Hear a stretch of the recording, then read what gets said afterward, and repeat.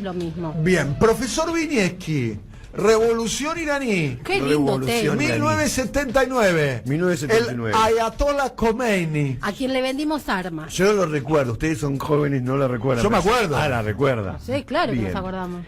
Digamos que es el país del año, ¿no? Entre el terremoto, el bombardeo, la caída del Boeing, etcétera. Nuestra nota de etcétera. ayer. La nota de ayer, el documental de Netflix. Bien. Ahora, ese país tiene 82 millones de personas. Si uno recorre la historia y toda la mortandad que tuvieron esas guerras, ¿cuántos habitantes tendría?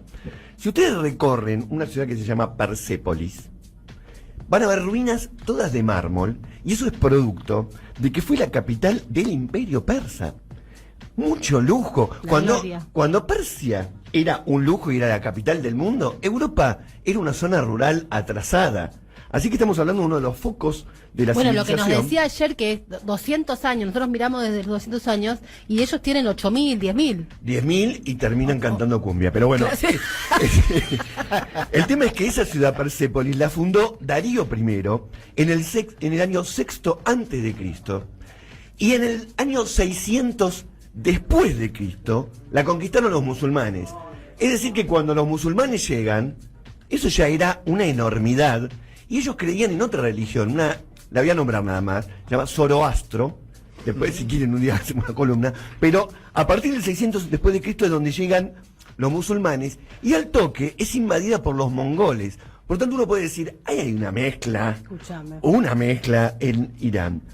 Luego llegó el Imperio Safávida, que no es Safávida, y a partir de ese momento empezaron lo que uno puede decir dinastías de lo que ellos llaman Shah. Shah, que es como decir faraón, como decir grandes monarcas. Desde 1925... Mi mamá, perdón, me contaba fantasías, cuentitos así de... Me mencionaba el Shah de Persia. Entonces en mi infancia Claro. estaban todos esos cuentos, hadas, no sé qué, Aladín, no sé qué. Y de pronto un día se acabaron los cuentos del Shah de Persia. Exacto. Porque llegó... Mi vieja me decía, ¿quién te crees que sos el Shah de Persia? Claro, total. Bien, era un ejemplo de riqueza. Ahora, ¿qué pasó? En el siglo XIX llegaron los ingleses. Y los ingleses tenían la característica de que querían meter el capitalismo en todos lados. Lo quisieron meter en China, lo quisieron meter en la India, ¿por qué no en Irán?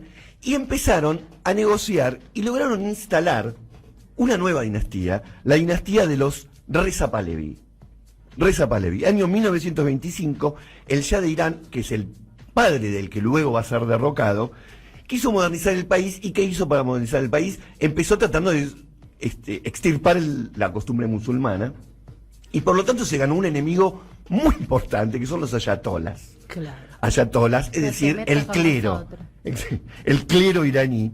Y entonces, en un momento determinado, para las creencias religiosas iraníes, capitalismo era igual a antimusulmán. Antimusulmán es igual a antidios. O sea, son lo peor. Si estás en contra de Dios, son lo peor. Y entonces, ahí quedó una tensión entre el Shah de Irán y las creencias religiosas, y hubo represiones, asesinatos, muertes, hasta que llega la Guerra Mundial, la Segunda Guerra Mundial. En 1941, como el Shah no se terminaba de definir a entrar en la guerra, una conjunción entre la Unión Soviética, que recordemos está al norte de Irán, tenemos un límite, ¿no? Ahí pegadito, sí. Y Gran Bretaña dan un golpe de Estado, y lo sacan al primer Reza Pahlaví y lo ponen a Mohammad Reza Pahlaví, que es el último Shah de Irán, el que va a caer en el 79. Es decir, un gobierno casi títere, y ahí aparece un personaje divino que estoy seguro que no lo conocen, pero se llamaba Mohammad Mossadegh, que lo puedo resumir así, diciendo una barbaridad, pero se resume bien: el Perón iraní. Mohammad Mossadegh es el Perón iraní. Para información de ustedes, Compañero. el compañero Mohammad Mossadegh lo que hizo fue nacionalizar el petróleo. Nacionalizar el petróleo en Irán, y encima en una época en que el petróleo estaba emergiendo como una necesidad absoluta, y esto fue parte de un movimiento nacionalista. Está circulando en las redes, no sé si es verdadero o no, una foto de Soleimani marchando con el escudo del Partido Justicialista y una foto de Juan Domingo Perón. No sé si esos... Me jodés. Sí, está circulando en las redes, no sé si lo vieron eso exactamente. Para mí, ante la duda, hay que decir que sí. Es bastante verosímil, digamos, ¿no? Si es fake, no es fácil de determinar, no es fácil de verlo. No es que se nota que está un montaje Vos decís mal que, hecho. que la puedo pegar Tiene- en mi tiene- habitación, el póster. Podés hacerlo, sí. Bueno, es la famosa internacional peronista, pero a ver, recordemos el año 1951, Claro. cuando Mohamed Mossadegh está nacionalizando el petróleo. En la Argentina está Juan Domingo Perón Claro. gobernando. Nacionalizando trenes. Nacionalizando, él expulsa al Shah de Irán. Ahí empieza una especie de compulsa internacional, es un escándalo mundial, y finalmente en la ONU le dan el aval a Mohamed, y lo que termina ocurriendo es, ¿cómo logró el aval? Todos dicen la habilidad de Mohamed, que según la revista Time, en el año 51 fue el personaje del año. En la tapa de la revista Time salió Mohamed Mossadegh, el personaje del año, porque tomó medidas sociales, reparto de riqueza, etc. Medidas peronistas tomó Mohamed. Y le hicieron lo mismo que el peronismo. En 1953, Lo fue. entre la CIA y los servicios de inteligencia británicos, Jodeme. le hicieron un golpe de No. Estado. Le hicieron un golpe de Jodeme. Estado, lo mandaron al exilio, murió en el exilio, no ocurrió como el general que 18 años Volvió, después volvió. por supuesto. Pero a partir de ahí, entra en escena otro personaje, que es, les va a sonar, se llama Khomeini. El ayatollah Khomeini, que entre otras cosas se pelea con el Shah de Irán, porque el Shah de Irán tiene buenas relaciones con Israel. Y aparte, el Shah de Irán empieza a tener una prédica. ¿Y Khomeini qué? O Khomeini, ¿cómo se llamaba con el compañero Mohamed? ¿Cómo se llamaba? ¿Cómo se llevaba? No tenían no hubo un vínculo. No hubo Pero vínculo. acá uno podría hacer una conclusión política. En la medida en que se dejó de canalizar el descontento de las masas por organizaciones nacionalistas, etcétera, extirparon eso, todo resurgió de la mano de los religiosos. Claro. Porque efectivamente Khomeini era un fundamentalista y ocurrió un fenómeno rarísimo. Él era un profesor que enseñaba el Corán, etcétera. Empezó a tener cada vez más voz porque levantó la bandera antiestadounidense. Y los universitarios marxistas iraníes, les recuerdo, estaba la Unión Soviética ahí en el norte, en un momento se unen con los fundamentalistas iraníes contra el Shah de Irán. ¿Saben por qué? Porque es con todos. Todos unidos, los marxistas con los fundamentalistas musulmanes, se juntaron para expulsar al Shah de Irán. Y acá aparece una serie de medidas desde el año 76 en adelante, en el que el Shah de Irán es denunciado en todo el mundo como un genocida. En 1976, una junta de 53 juristas internacionales dicen que el Shah de Irán está pisoteando todos los derechos humanos. Recordemos quién había llegado al poder en Estados Unidos: Jimmy Carter. Por otro lado, el famoso y llamado Viernes Negro de 1978, una marcha multitudinaria de 1 millón de personas es reprimida con tanques de guerra y armas de guerra y mueren 15.000 personas. En 2 días mueren 15.000 personas y a partir de ese momento se queda absolutamente aislado el Shah de Irán.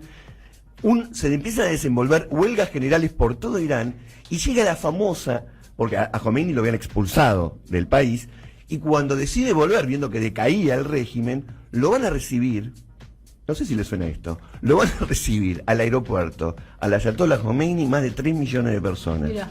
Cualquier parecido con Ezeiza es pura casualidad. ¿Un avión negro llegó? No, llegó, y lo que terminó de ocurrir en ese momento fue que el Shah de Irán decide escaparse del país, y muy poco después, en febrero del 79, Khomeini asume el poder, y a partir de ese momento, pegado a eso, ocurre que los estudiantes y grupos radicalizados de Irán toman como rehén durante 444 días a diplomáticos estadounidenses que estaban en la embajada. 444 días como rehenes de Estados Unidos. Jimmy Carter, entre otros problemas, más allá de su propia ideología, tenía el problema de que Estados Unidos había sido derrotado en la guerra de Vietnam, e invadir países durante mucho tiempo a Estados Unidos le costó mucho. Eso recién Ronald Reagan lo reinicia, esa costumbre. Pero entonces, ¿qué hacen? Hacen algo que va a hacer muchísimo Estados Unidos. Simultáneamente a estos 444 días, Estados Unidos crea un nuevo monstruo, y es Saddam Hussein. Irak ataca Irán. En el año 1980, Irán ataca a Irán en lo que se creía que iba a ser una guerra relámpago que iba a durar unos días. De hecho, invaden y avanzan rápidamente, pero en un momento determinado Irán le opone resistencia y eso termina siendo una guerra que dura 8 años, y es la guerra, después de las 2 guerras mundiales, es la guerra con más muertos de toda la historia del siglo En XX. ese contexto es que Argentina le vende armas a Irán. Muy bien, porque entonces el bando de Saddam Hussein era Estados Unidos. Claro. Estados Unidos fue creado, armado y recontra armado, digamos, por Estados Unidos. Después se le fue de las manos. Luego que termina esa guerra, que digamos no tuvo un ganador. Fueron 8 años de guerra, no tuvo un ganador, tuvo 2 perdedores, digamos, Irak e Irán, porque estamos hablando de millones de muertos y la destrucción casi completa de ciudades enteras.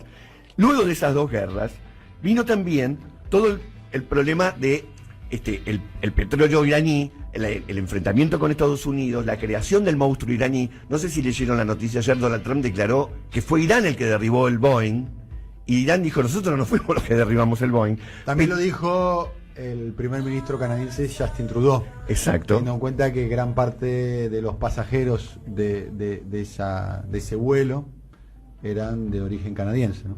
Lo dijo, por ahora no hay ningún aporte de pruebas ni de peritaje, pero más allá de eso, Irán se constituyó desde el año 79 hasta el día de hoy en una especie de monstruo negro, un monje negro para el mundo occidental, y de la mano de Irán, lo que resulta bastante asombroso es la cantidad de cuestiones aledañas que han surgido. Si uno se metiera hoy en toda la problemática de Oriente Medio, se pierde en un laberinto que es difícil de entender, pero lo que ha quedado como una constante es el régimen iraní opuesto a Estados Unidos. Eso no ha cambiado. No es verdad que el gobierno de Khomeini y todo el régimen iraní sea solamente un régimen fundamentalista. De hecho, en este momento funcionan universidades. Bueno, el relato de ayer en ese sentido fue muy útil y preciso, pero Teherán contiene en su interior toda clase de ideologías, incluso un muy fuerte movimiento feminista. Un fuerte movimiento feminista con sobradas razones para tratar de liberar la opresión femenina que tiene el mundo musulmán. Para resumir y para terminar, la revolución iraní, que muchos han llamado la revolución musulmana, constituyó uno de los hechos en simultáneo con la revolución nicaragüense aparte, porque fue en el mismo año, con la diferencia de que todavía está ahí Irán parándose de manos con Estados Unidos. Excelente la columna del profe Sergio Vinieski.